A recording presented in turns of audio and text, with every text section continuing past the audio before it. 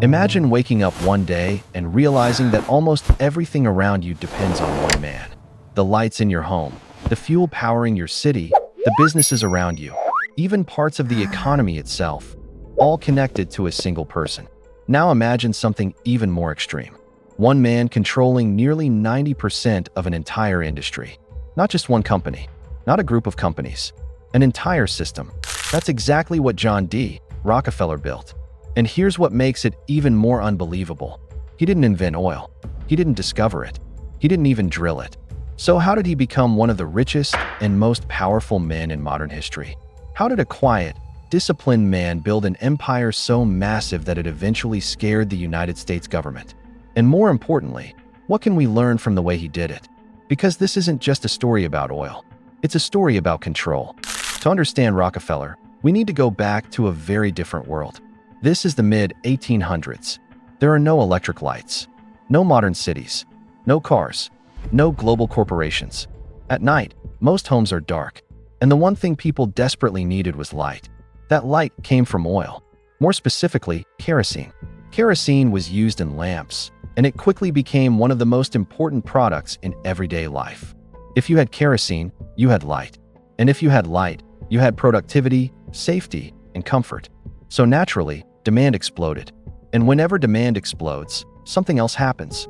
A rush. Thousands of people and companies rushed into the oil business. People started drilling everywhere. New companies appeared almost overnight. Everyone wanted a piece of the opportunity. But there was a problem. There were no rules, no structure, no stability, no coordination. The industry was chaotic. Prices would rise quickly when supply was low, then collapse when too much oil flooded the market. Some companies made money very fast, and others lost everything just as quickly. It wasn't a system. It was a battlefield. And most people in that battlefield were trying to win by moving faster, digging more, and taking bigger risks. Rockefeller saw something different. He didn't see opportunity in the chaos itself. He saw opportunity in fixing the chaos. John D. Rockefeller wasn't like the others. He wasn't loud. He wasn't impulsive. He wasn't chasing quick wins. He was disciplined, patient, and extremely focused. And instead of trying to get rich by drilling oil, he made a decision that seemed boring at the time. He focused on refining. Refining is the process of turning crude oil into useful products like kerosene. While everyone else was obsessed with finding oil in the ground, Rockefeller became obsessed with what happened after oil was found. He understood something simple but powerful. The real money wasn't in finding oil. It was in controlling what happened to it. So he built a refinery. Then he made it better. Then he made it more efficient than everyone else. And then he kept improving it. Rockefeller realized something most people ignored. Chaos is expensive. When an industry is chaotic, everyone loses money. But if you can reduce that chaos, you gain control. And control leads to power. His first move was efficiency. He turned his refinery into one of the most efficient operations in the entire industry. He reduced waste, reused materials, and optimized every step of the process. Even the parts of oil that others threw away, he found ways to sell. Nothing was wasted. That allowed him to produce kerosene cheaper than anyone else. And when you can produce cheaper, you can sell cheaper. And when you can sell cheaper, you can dominate. But Rockefeller didn't stop there. His second move was even more powerful.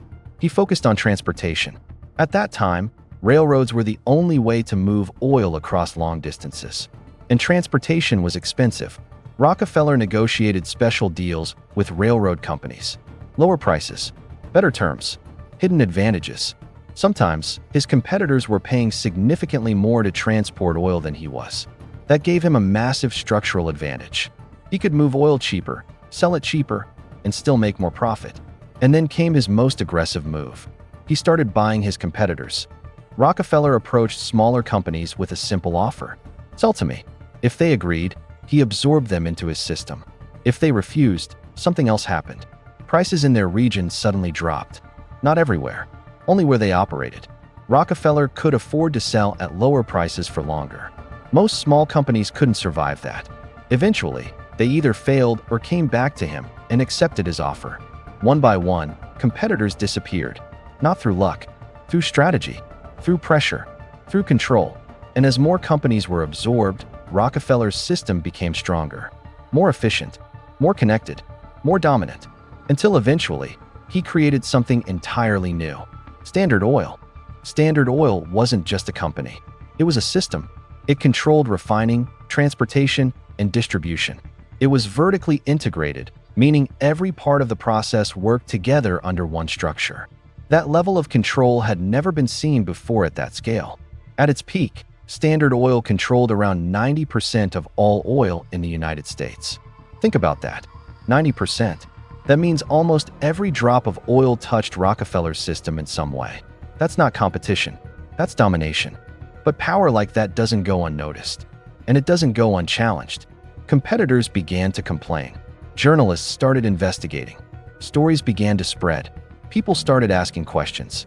Is this fair? Is this too much power for one company? Rockefeller was no longer just a businessman. He became a symbol. Some people saw him as a genius who brought order to chaos. Others saw him as a threat to freedom and competition. The word monopoly started to appear everywhere. And eventually, the pressure reached the government. This led to one of the most important legal battles in American history: the United States versus Standard Oil. The argument was simple. Standard Oil had too much control. It was limiting competition. It was too powerful. After years of legal battles and investigations, the decision finally came. In 1911, the Supreme Court ruled against Standard Oil. The company would be broken apart, split into multiple smaller companies. On the surface, it looked like Rockefeller had lost everything he built. His empire was divided. But here's where the story takes a surprising turn. Rockefeller didn't walk away empty-handed. He owned shares in all the new companies. And those companies didn't collapse. They grew. Many of them became extremely valuable. So instead of losing his wealth, Rockefeller's fortune actually increased. He became even richer. That's why, even today, he's still considered one of the richest individuals in history. But his story leaves us with a deeper question. Did he create one of the most efficient systems ever built? Or did he destroy fair competition? The truth is, both can be true at the same time. Because Rockefeller didn't just build a company. He understood systems. He understood leverage. And most importantly, he understood control. And once you understand how control works, you start to see it everywhere. If you want to understand how modern empires, billionaires, and global systems really work, make sure to subscribe. Because once you start decoding the system, you can't go back.